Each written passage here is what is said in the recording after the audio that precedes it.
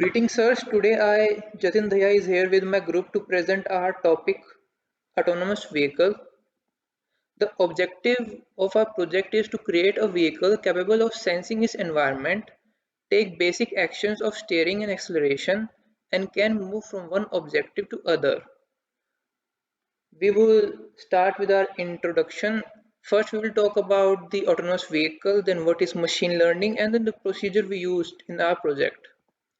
So, what is autonomous vehicle?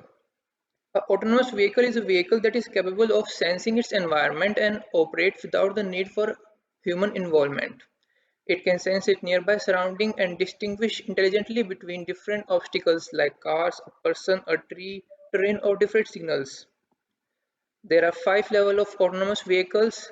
The level 0, that is no automation; level 1, driver assistance; level 2, partial automation; level 3, conditional automation; level 4, high automation; and level 5, full automation.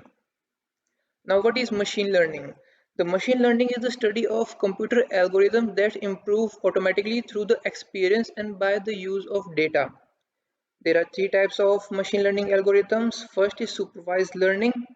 In supervised learning, we have labeled data set which provides an answer key according to which the algorithm will learn. In unsupervised learning, we have unlabeled data and the algorithm tries to make sense by the data it has been given. In reinforced learning, the machine learns intelligently and is given a reward for each correct or wrong answer it gives. Now the procedure that we took. Now we have a road, we have a vehicle, and we have a satellite that will provide us with GPS. Now the goal is to make the vehicle communicate with satellite and move on the road and use the sensors to prevent the vehicle from crashing into the nearby walls. The coding process would be like, we have used Unity game engine to simulate our autonomous vehicle and training has been done in it as well. We have used reinforced learning. The script used would be car agent, arcade engine audio, base input, MA car, debug checkpoint ray, car animation. Now car agent.cs. What this script does is that it is an agent script whose function would be to give vehicle different acceleration and steering values. Also, it contains the information about the sensors that check whether the vehicle has collided with the road barrier or not. The reward that our car agent will get is also specified in the script. It stores the index value of the checkpoint that the vehicle has to cover in order to follow the path correctly. Now, let's go into the depth of the code. Now, first we have struct sensor. This struct sensor holds the information of the position and rotation from where the lasers would be casted, and it would also contain its threshold value which will consider if the car has crashed with the wall or not. Next we have a enum agent mode. In this enumerator mode we have two modes, training and inferencing. In training mode, the training mode will be used when the car is learning using machine learning, and the inferencing mode would be used if the car has finished training and we want to see the result in our viewport. Now we have defined the struct sensor, but we have not added the sensors. This line of code which is given below has the properties where we will add different sensors. It also has the checkpoint that our car has to follow. Now we have used reinforcement learning, so there would be a positive reward and negative reward. To implement that, we have the code given below. Now we have start agent and reset agent. The start is called on the frame when a script is enabled just before any of the update method is called for the first time. It is used to initialize an array local actions, which is which then is called the agent reset method. It also checks if the mode is in training or inferencing mode. If it is inferencing mode, then the initial checkpoint will be the starting point. Next is late update. Late update has the work to show the sensor ray visually and to check if the vehicle is on the road or has fallen out of the road. If it has fallen, it would reset it to the last checkpoint known. Now here we have our vehicle sensing its environment with the sensors and is moving forward. Now heuristic. Heuristic method is used to enter different values for horizontal and vertical axis and is stored in the array that we initialized in our start method. Agent actions. Agent actions is used to find the next checkpoint while storing the current one and is also used to add the rewards that we achieve. Interpret discrete actions. Interpret discrete actions is used to assign the values of steering and acceleration from the values of vertical and horizontal axis that was calculated in heuristic method. Generate input. Generate input is used to return the values of acceleration and steering to the function that may call it. Now we have the arcade engine audio script. This script controls the audio generated by the vehicle. If it is accelerating, then the sound will be different. If it is slow, the sound will be different, and if the vehicle has just started, the sound will be different. To assign the different sounds to the vehicle, we use this part of the code. We have start sound, idle sound, running sound. Now in the update card, we see the local speed of the vehicle. If the vehicle speed is above a given threshold, the sound will be different, or below a threshold, the sound will be different. Now I would like Lakshay to continue with the presentation. So I have worked on a script called MACar. It is a utility which controls the movement, speed and acceleration of a car, and it contains a parameter that can adjust the car behavior temporarily. Next. Stuck status. It is the most important part in this code, in this project. We set limit to a different parameter of vehicle like acceleration, speed, height, between car and roads, etc. As you can see in this code, we have the acceleration speed forward, which sets the limit, the acceleration which has to be maximum in a car, and many other like maximum speed backward or maximum reverse speed of a car. Next. Functions. The function provided by macar.cs is for having unique driving mechanicus for car. Like in this code, we have vehicle physics, which contains all the physics required in an autonomous vehicle, and the physical representation of car's wheel, and the how far will ray cast when checking for the ground. It will detect how much a ray cast can be detected from a certain point from its sensors. Next.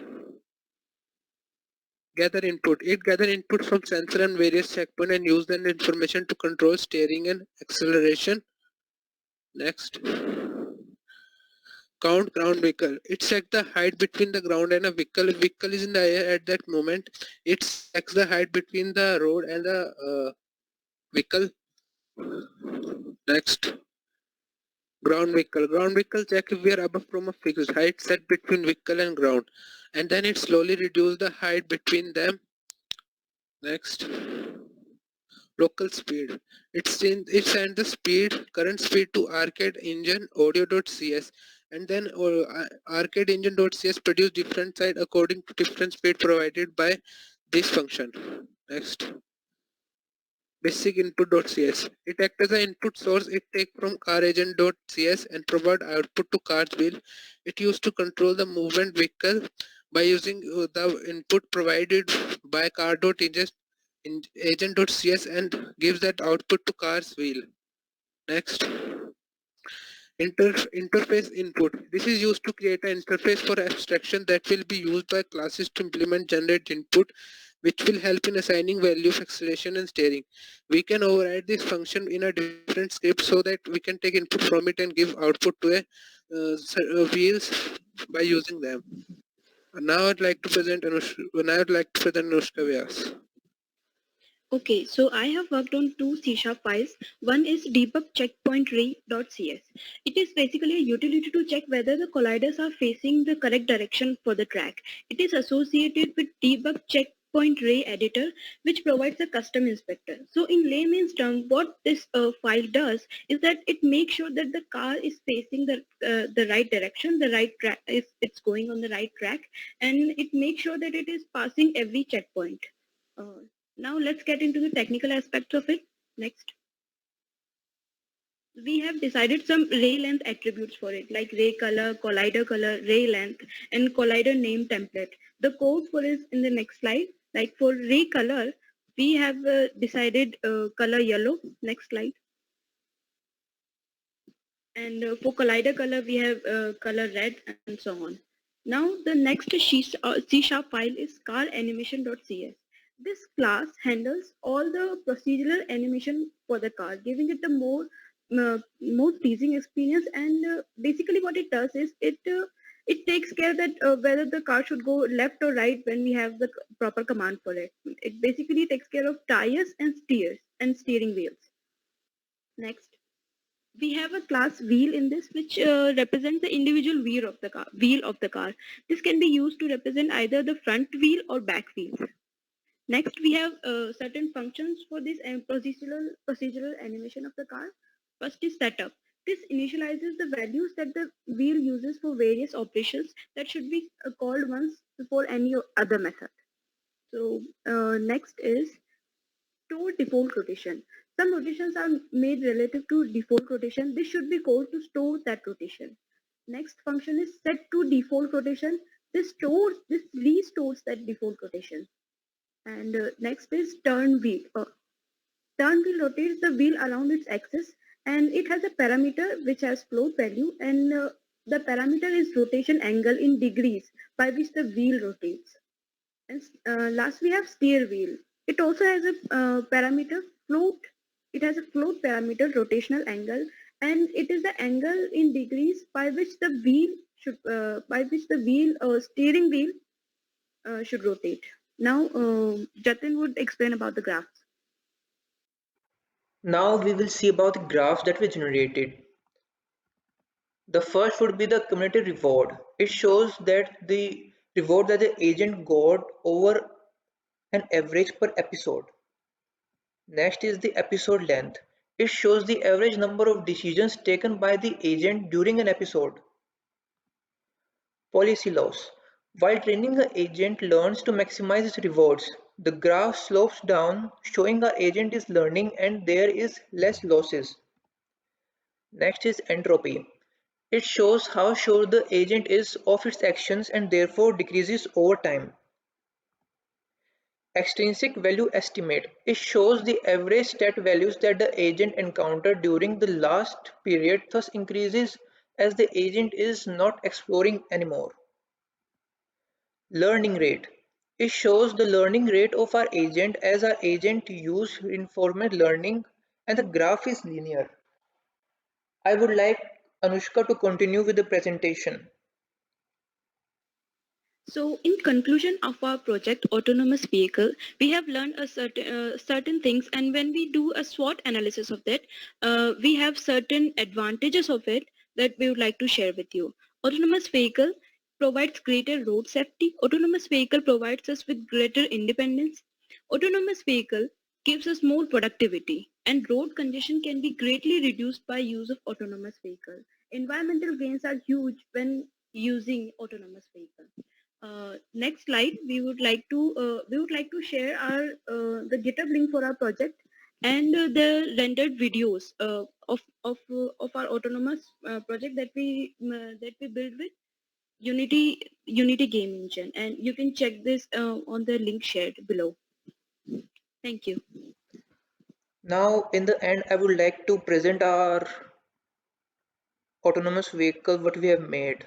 So here is the screen and we are seeing that we have a car here, it has different sensors, it has a road. Now when I play it we can see that the car is moving and there is different audio played.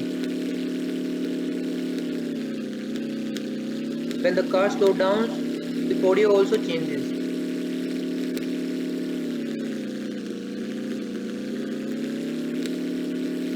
And we can see that the car is fully aware of its surrounding and is moving accordingly.